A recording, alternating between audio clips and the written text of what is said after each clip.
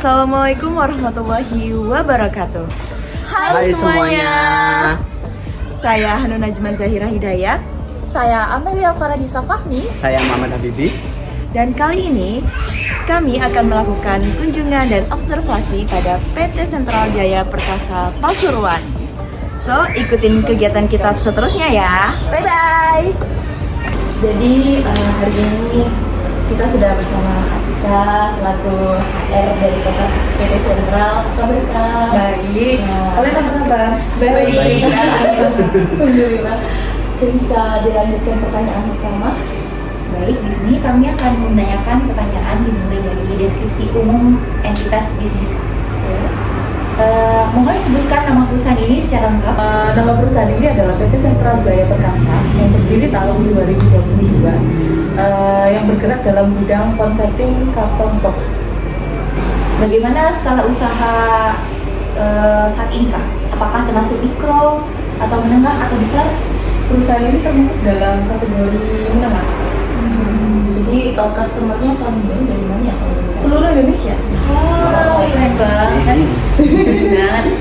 Kalau boleh tahu berapa jumlah karyawan yang saat ini bekerja di perusahaan ini Kak? Karyawan kita kurang lebih ada 47 orang.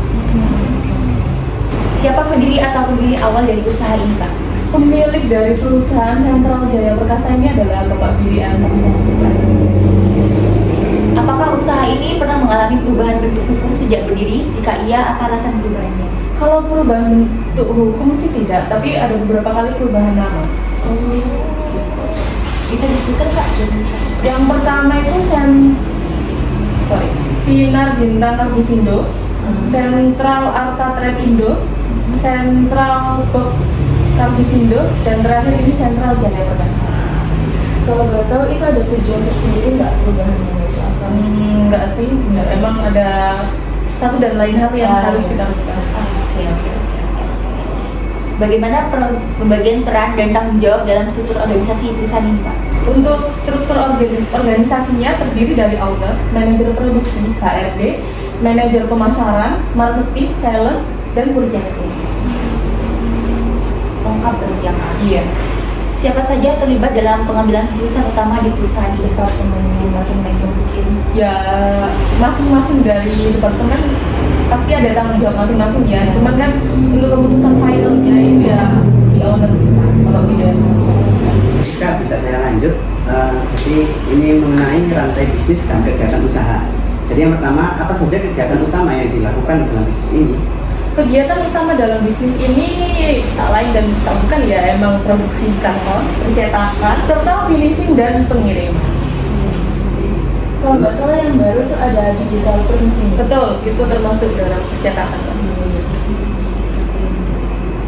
Selanjutkan, bagaimana proses produksi atau alur pembelian jasa di perusahaan ini? Alur pembelian pertama-tama dari sales ya, dari sales, terus turun kepada produksi, menginstruksikan ini hanya cetak aja atau hanya potong aja seperti itu ya. Nanti selanjutnya dikirim. Kalau misalkan ada yang mau dicetak, barangnya juga dicetak sesuai dengan pemesanan. Kalaupun mau kosongan ya juga bisa polosan maksudnya. Kalau boleh tahu Kak, siapa aja mitra kerja utama yang berperan dalam operasional bisnis ini? Yang pasti supplier, vendor, terus pengiriman, jasa pengiriman. Terus dari mana sumber permodalan usaha ini berasal? Dari kita, Bapak Billy Arsamsa Putra. Ini belum IPO ya tapi jual saham. Oh enggak, karena kita itu PT perorangan, jadi kepemilikannya satu orang. Iya. Bukan gitu. Terus bagaimana alur pendapatan perusahaan mulai dari produksi hingga penjualannya? Untuk alur sendiri, jadi customer kan biasanya menghubungi sales. Nah sama sales, kalaupun itu sudah deal semuanya, biasanya DP dulu 50%. Nanti setelah pengerjaan baru pelunasannya yang Jadi apa saja izin dan legalitas yang telah dimiliki oleh perusahaan ini?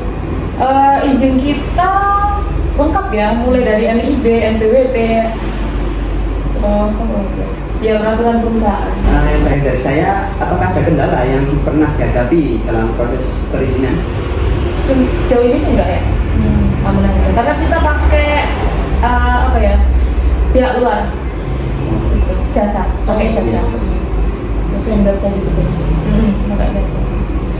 Selanjutnya akan dilanjutkan oleh saya. Apakah perusahaan memiliki kebijakan internal terkait tanggung jawab hukum atau pelanggaran? Ya, yang pasti kalau misalkan karyawan kita ada yang melakukan pelanggaran, yang pertama dilakukan yaitu pertama SP1, terus SP2.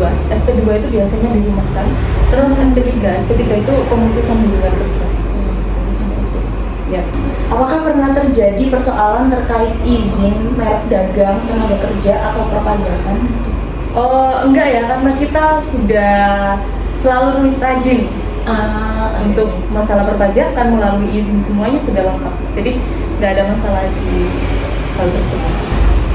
Ketika di masa depan perusahaan itu menghadapi hal seperti masalah hukum atau yang berkaitan dengan pelanggaran-pelanggaran hukum, adakah penyelesaian atau kebijakan atau mungkin prosedur yang bisa dilakukan oleh usaha ini?